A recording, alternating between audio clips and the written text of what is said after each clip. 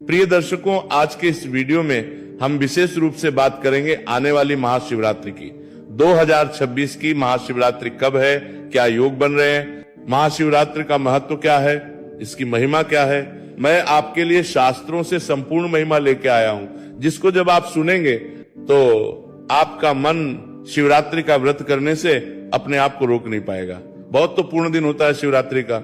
शिवरात्रि को लेके बहुत सी कुप्रथाएं भी चल रही हैं, उनके विषय में भी बताऊंगा मैं आपको कि कौन सी कुप्रथा है जिसको छोड़ देना चाहिए। क्या कहते हैं शास्त्र, शिवरात्रि के दिन हमें कैसे व्रत करना चाहिए। शिवरात्रि का व्रत क्या सायंकाल को खोल दिया जाता है या अगले दिन पालन करना चाहिए। शिवरात्रि के व्रत के शास्त्रीय नियम क्या है, शिवरात्रि का व्रत करने से कितना पुण्य प्राप्त होता है, शिवरात्रि का व्रत करने का विधान क्या है, कि महिमा क्या है, शिवरात्रि का क्यों व्रत करना चाहिए, पूजन करना चाहिए, भगवान शंकर की आराधना कब और कैसे करनी चाहिए, 4 प्रहर की पूजा से क्या प्राप्त होता है, और शिवरात्रि के दिन जो लोग भांग पीते हैं, गांजा फूंकते हैं, वो सही है या अनुचित है, इसके विषय में शास्त्र क्या कहते हैं। क्या ये शास्त्रों के सम्मत है कि उस दिन भांग पीनी चाहिए या नहीं पीनी चाहिए। भगवान शंकर के द्वारा इस व्रत का जो महिमा आवंटन किया गया है या इस व्रत के विषय में जो कहा गया है वो बताऊंगा आपको। अनेकों पुराण से, विशेष रूप से कुमार कार्तिकेय के स्कंद पुराण से जानकारी होगी, जिसमें शिवरात्रि की महिमा का विस्तार से वर्णन किया गया है। ये वृतांत भगवान शंकर के द्वारा स्वयं माता पार्वती को सुनाया गया, वह वृतांत भी इस वीडियो के माध्यम से आपके सामने होगा। इस प्रकार से संपूर्ण जानकारी आने वाली शिवरात्रि क्यों महत्वपूर्ण है, कैसे व्रत करना चाहिए, कैसे पूजन करना चाहिए, कब मनानी चाहिए, क्या इसकी महिमा है, आप इस वीडियो के माध्यम से जानकारी प्राप्त कर पाएंगे। आइए प्रिय दर्शकों, आरंभ करते हैं। आपसे निवेदन है कि वीडियो यदि थोड़ा सा भी उपयोगी लगे तो कृपया एक बार लाइक अवश्य कर दीजिएगा। भगवान शंकर की कृपा प्राप्त करने के लिए कमेंट बॉक्स में अवश्य लिखिएगा जय शिव शंकर या ओम नमः शिवाय। भगवान शंकर की कृपा से आपके जीवन का उद्धार होगा, आपका कल्याण होगा। आप देख रहे हैं प्राचीन मार्ग टीवी ज्योतिष संस्थान का प्रतिष्ठित यूट्यूब चैनल प्राचीन मार्ग टीवी धार्मिक। हम यहाँ पर सभी व्रत और त्योहारों की सही शास्त्रीय जानकारी प्रदान करते हैं। शास्त्र और पंचांग के आधार पर आपको बताते हैं कौन सी तिथि कब है, व्रत आदि कब करना है, क्या विधि है, क्या नियम है और क्या गलती नहीं करनी है। यदि आप सभी व्रत और त्योहारों की सही शास्त्रीय जानकारी पाते रहना चाहते हैं तो कृपया चैनल को सब्सक्राइब कीजिए और बेल आइकन को प्रेस कीजिए। जब आप सब्सक्राइब का बटन दबाएंगे तो वहां 1 घंटी का निशान बना हुआ आएगा, उसको अवश्य दबाइएगा, तभी आपको हमारे सारे वीडियो प्राप्त होंगे, अन्यथा आपसे जानकारी छूट जाएगी। आइए दर्शकों, जानकारी आरंभ करते हैं। क्या अद्भुत महिमा है महाशिवरात्रि की। मैं शुरुआत करूंगा पद्म पुराण से, जहां बड़ा स्पष्ट लिखा है कि चाहे मनुष्य किसी भी देवता का उपासक क्यों ना हो, चाहे मनुष्य भगवान विष्णु का पूजन करता हो, भगवान विष्णु का उपासक हो, चाहे आदि शक्ति का हो, गणेश जी महाराज का उपासक हो, चाहे सूर्यदेव की उपासना करता हो, सूर्यदेव का उपासक हो, किसी भी देवता का उपासक क्यों ना हो, यदि वो मनुष्य भगवान शंकर के महाशिवरात्रि व्रत को नहीं करता है तो उसे किसी उपासना का पुण्य फल प्राप्त नहीं होता है। अर्थात आप किसी भी पंथ से क्यों ना हो, शैव से हो, वैष्णव पंथ से हो या किसी भी पंथ को मानने वाले हो, सबके लिए शिवरात्रि का व्रत समान रूप से कल्याणकारी है और अवश्य करना चाहिए, अवश्य करना चाहिए, मतलब कंपलसरी है, करना ही करना चाहिए, क्योंकि ये कल्याण करने वाली रात्रि है। ये मनुष्य का कल्याण करने वाली रात्रि है और इसे महाशिवरात्रि इसीलिए कहा जाता है। 4 महारात्रि कही गई है, यूं तो आप जानते ही होंगे। उन 4 महारात्रि में से एक महारात्रि जो है वो महाशिवरात्रि की होती है। मैं आपको बताता हूं उस वृतांत के विषय में जो स्वयं माता पार्वती ने, भगवान शंकर, जब माता पार्वती ने भगवान शंकर से प्रश्न किया तो किस प्रकार से भगवान शंकर ने इसकी महिमा, ये जानकारी स्वयं माता पार्वती को दी। भगवती जगदम्बा स्वयं भगवान शंकर से प्रश्न कर रही है कि हे भगवान, धर्म, काम और मोक्ष इस चतुर्वर्ग के आप ही तो देने वाले हैं। मनुष्य की भक्ति से प्रसन्न होकर आप ही मनुष्य को प्रदान करते हैं। तो हे प्रभु, आप ये बताइए कि आप किस पूजा से, किस पाठ से, किस व्रत से प्रसन्न होते हैं, आप प्रसन्न कैसे होते हैं। माता पार्वती ने भगवान शंकर से प्रश्न किया जिससे कि मनुष्य का कल्याण हो सके, क्योंकि भगवान शंकर सब कुछ देने वाले हैं। तो माँ कहती है कि आप मनुष्य का कल्याण करते हैं, धर्म देते हैं, उसके जीवन की सभी मनो इच्छाओं को पूरा करते हैं, पर प्रभु आपको प्रसन्न कैसे किया जाता है। एक मनुष्य क्या करे जिससे कि आप प्रसन्न हो कि उसकी इच्छाएं पूर्ण करें। ये बड़ा ही सुंदर माता पार्वती ने भगवान शंकर से किया। तब भगवान शंकर क्या कहते हैं वो ध्यान से सुनिए। दान शंकर कहते हैं कि हे देवी पार्वती, फाल्गुन मास के आने पर, फाल्गुन मास के कृष्ण पक्ष की जो चतुर्दशी तिथि होती है, और चतुर्दशी तिथि को आश्रय करके जिस अंधकार में रजनी का उदय होता है उसको शिवरात्रि कहते हैं। अर्थात फाल्गुन मास के कृष्ण पक्ष की चतुर्दशी की जो महारात्रि है वह शिवरात्रि समय होता है। और उस दिन जो व्रत उपवास करता है वह निश्चय ही मुझे संतुष्ट कर लेता है, अर्थात भगवान शंकर को प्रसन्न कर लेता है। ये एक जानकारी मैं बताता चलूं कि ये जो फाल्गुन मास के कृष्ण पक्ष की चतुर्दशी जब आती है तो दक्षिण भारत, गुजरात आदि प्रांतों में माघ मास की शुक्ल पक्ष की चतुर्दशी होती है। भगवान शंकर कहते हैं कि जो इसके व्रत को कर लेता है वह निश्चित ही मुझे कर लेता है। भगवान शंकर कहते हैं कि मैं अनंत प्रकार की धूप, दीप, नैवेद्य अर्पित करने से और पूजा करने से भी उतना प्रसन्न नहीं होता जितना इस दिन केवल उपवास व्रत करने से मैं प्रसन्न हो जाता हूं। तो इस प्रकार से शास्त्र कहते हैं कि जो शिवरात्रि का जो प्रमुख हो अंग, जिसे हम कहें, जो मूल जिसमें सारा छुपा है, जिसमें सारी शक्ति छुपी है, वो है शिवरात्रि का व्रत उपवास। मैं शिवरात्रि की जब पूजा विधि बताऊंगा ना तो उसमें आपको संकल्प भी बताऊंगा और कैसे पूजन करना है ये भी बताऊंगा, पर करना क्या है और महत्व क्या है, कैसे मनानी चाहिए शिवरात्रि, वो मैं अभी इस समय बता रहा हूं, उस पर ध्यान दीजिए। भगवान शंकर ने कहा कि व्रत करने से वो अत्यंत प्रसन्न हो जाते हैं, तो वर्णन आया कि प्रभु इसका व्रत कैसे करना चाहिए। तो प्रिय दर्शकों, यहाँ बड़ी ही महत्वपूर्ण जानकारी आपके लिए आ रही है। अभी जो मनुष्य व्रत करते हैं ना, अधिकतर जो आप लोगों ने देखा होगा शिवरात्रि का व्रत करते हुए कि कुछ लोग गाजर का हलवा बनाते हैं, कुछ लोग आलू का हलवा बनाते हैं, भिन्न भिन्न प्रकार के पकवान बनाते हैं, पुड़िया बनाते हैं और वो खा के और व्रत करते हैं। अर्थात दिन में सुबह पूजा पाठ करे, स्नान किया, भगवान को स्नान कराया और उसके बाद अपना व्रत खोल लेते हैं। तो प्रिय दर्शकों, शास्त्रों में साफ लिखा है कि ये इस प्रकार का व्रत नहीं है, इसे इस प्रकार से नहीं करना चाहिए। प्रिय भक्तों, अगर आप सभी ऐसा व्रत कर रहे हैं तो आपको ध्यान देने की आवश्यकता है, क्योंकि भगवान शंकर का ये व्रत इस प्रकार से नहीं किया जाता। भगवान शंकर का ये जो विशेष दिन, इसको इस प्रकार से खा पी के व्यर्थ ना गवाएं, इसको ऐसे ही ना जाने दीजिए। बड़ा महत्वपूर्ण दिन है, क्योंकि शिवरात्रि का व्रत साधारण व्रत नहीं है।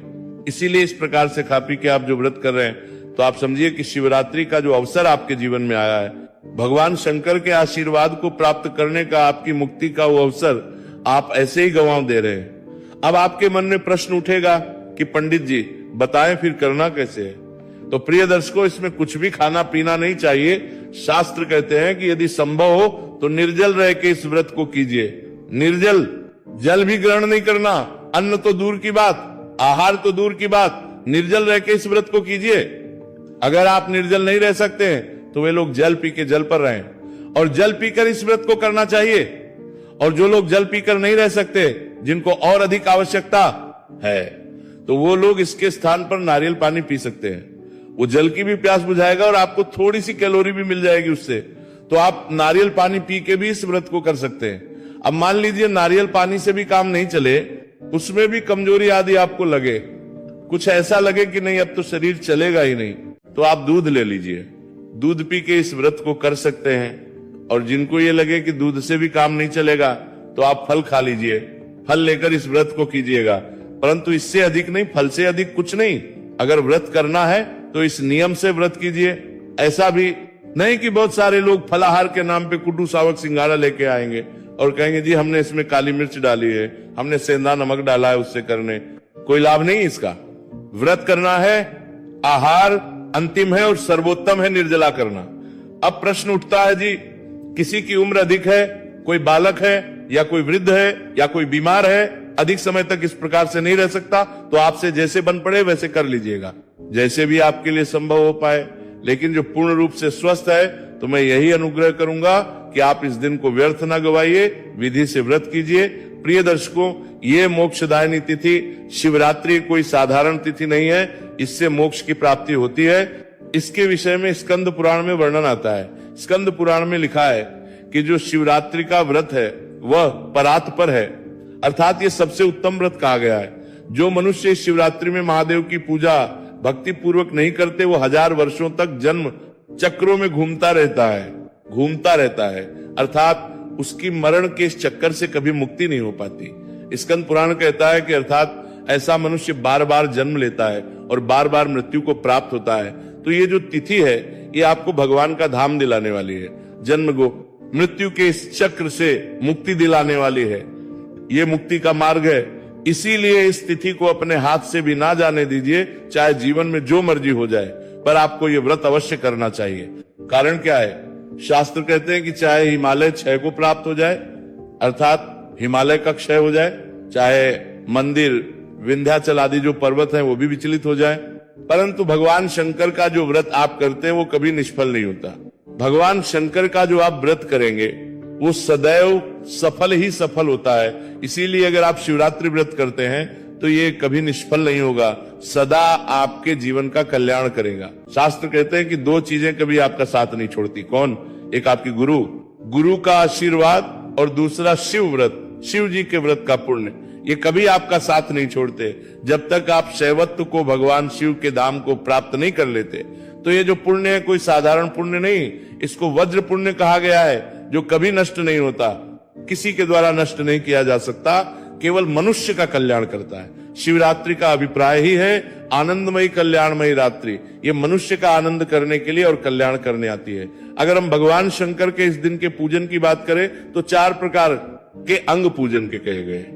जैसे 4 प्रहर होते हैं, उसी प्रकार से 4 प्रहर में अलग अलग चीजों से भगवान शंकर का पूजन किया जाता है। शास्त्र कहते हैं कि द्वितीय के चतुर्थी अर्थात भगवान शंकर के तो प्रथम प्रहर में दूध से स्नान कराना चाहिए, द्वितीय प्रहर में दही से स्नान कराना चाहिए, तृतीय प्रहर में ग्रथ से स्नान कराना चाहिए और चौथे प्रहर में शहद द्वारा भगवान का अभिषेक करना चाहिए।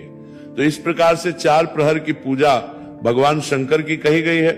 इसकी विधि मैं आपको बताऊंगा। 4 प्रहर की जो पूजा जब मैं दिखाऊंगा आपको तो वहां संपूर्ण विधि बताऊंगा। शास्त्र कहते हैं इस दिन जो भी आप पूजा पाठ दान पुण्य जप तप करते हैं, उससे जो पुण्य प्राप्त होता है वह अक्षय होता है, उसका कोई नाश नहीं कर सकता। जो आपने आज शुभ कर्म किया वह अक्षय पुण्य देने वाला है। इस सृष्टि में ऐसा कोई है ही नहीं जो इस पुण्य का नाश कर सके। इसीलिए व्रत करना है, भगवान को स्नान कराना आए, जितना हो सके ओम नमः शिवाय या साम्य सदाशिव इस मंत्र का जप करना है, चारों प्रहर की पूजा कर सके तो चारों प्रहर की कीजिए। आपका कार्यभार कुछ ऐसा हो कि आपका जितना समय ना हो तो एक ही वक्त केवल पूजन करें, लेकिन पूजन करें अवश्य और जितना हो सके इसका व्रत कीजिएगा। कहा जाता है कि इस दिन भगवान को भांग का प्रसाद लगाना चाहिए और लोग इसी के सहारे स्वयं भांग पीते हैं और साथ में भांग पीने के साथ साथ गांजा फूंकने लग गए हैं लोग। विशेष रूप से इस दिन प्रसाद के रूप में उसको ग्रहण करते हैं। तो मैं आपको बताऊं प्रिय दर्शकों, किसी शास्त्र में कहीं नहीं लिखा कि शिवरात्रि पर भंग पीनी चाहिए, क्या गांजा पीना चाहिए। ये शिवरात्रि का प्रसाद भंग है, ऐसा किसी शास्त्र में नहीं लिखा है। ये केवल और केवल कपूल कल्पना है।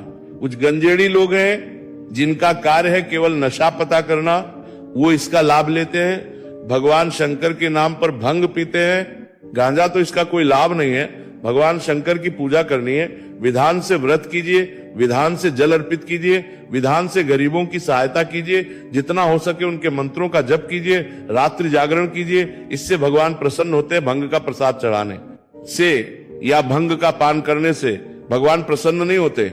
ऐसा कोई शास्त्र नहीं कहता कि आपको भंग पीनी चाहिए या गांजा पीना चाहिए, तो इनसे बचें। ये केवल और केवल व्यसन की चीजें हैं, नशे पते की हैं, इसमें कोई भक्ति नहीं रखी है। भगवान शंकर बेलपत्र से प्रसन्न होते हैं। और 4 प्रहर में क्या क्या चीज अर्पित करनी चाहिए मैंने आपको बता ही दिया, जो शास्त्र कहते हैं। तो बस इतना आप कर लेंगे, आपका कल्याण हो जाएगा। पूजा की विधि अवश्य देखिएगा।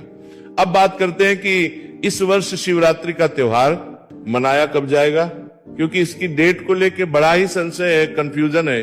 क्योंकि 15 तारीख को जो चतुर्दशी तिथि है ना, वो शुरू 15 तारीख की शाम को 5:04 पर और ये समाप्त होगी 16 तारीख को, 16 फरवरी को शाम को 5:34 पर। अब क्योंकि भगवान शंकर का जो व्रत है कि या तो वो चतुर्दशी में जाता है, शिवरात्रि चतुर्दशी को मनाई जाती है, परंतु उसमें ध्यान ये रखा जाता है कि चतुर्दशी सायंकाल को होनी चाहिए, क्योंकि रात्रि का जो प्रहर है ना उसमें विशेष रूप से पूजन होता है भगवान शंकर का। तो कोसूर्य के मुख से तो चतुर्दशी शिवरात्रि है, पर सायंकाल को नहीं रहेगी। इसीलिए शिवरात्रि का ये त्योहार इस वर्ष 15 तारीख को मनाया जाएगा। 15 फरवरी को 15 फरवरी को शिवरात्रि रहेगी। बाकी की जानकारी, बाकी के मुहूर्त मैं समय समय पर आपको बताता रहूंगा। जितना हो सके जानकारी को आगे बढ़ाइए, जिससे कि सभी लोग सही जानकारी प्राप्त कर सकें। तो भक्तजनों, ज्ञान मार्गी शाखा चैनल पर श्री प्रेमानंद जी महाराज का सत्संग सुनने के लिए आप सभी का बहुत बहुत धन्यवाद है।